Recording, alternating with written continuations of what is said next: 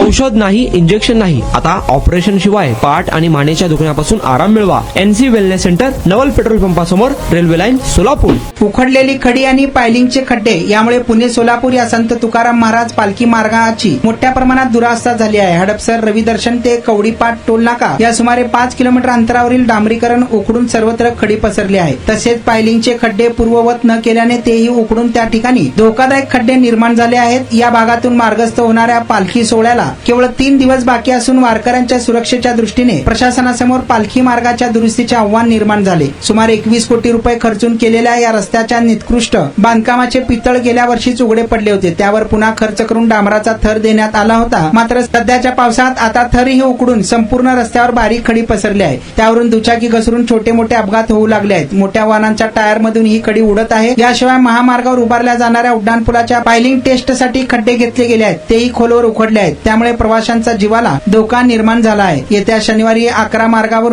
शनिवारी या मार्गावरून संत तुकाराम महाराज पालखी सोहळा मार्गस्थ होणार आहे. त्यापूर्वीच या पालखी मार्गाची दुरवस्था झाल्याने वारकऱ्यांच्या सुरक्षतेला धोका निर्माण झाला आहे. मला 1 मिनिटही बसता येत नव्हतं, परंतु NC वेलनेस मध्ये मला ट्रीटमेंट घेतल्यानंतर आता जवळजवळ 1 तास बसता यायला लागला आहे. 2 वर्षापासूनच मला नेक पेनचा त्रास होता. ट्रीटमेंट जी मला मिळाली ती बेस्ट ट्रीटमेंट होती, कारण ही नॉन सर्जिकल ट्रीटमेंट होती. त्या स्टाफ कडून, डॉक्टर कडून मला खूप चांगल्या ट्रीटमेंट मिळाल्या. माझं नाव उमेश साळुंके. ते जावई आहेत आणि सांगितलं बाबा त्यांना कुठे सांगितलं मित्राने NC म्हणून सायंटिफिक पद्धतीने होते सांगितलं. मला 4 दिवसातच थोडा फरक जाणवला.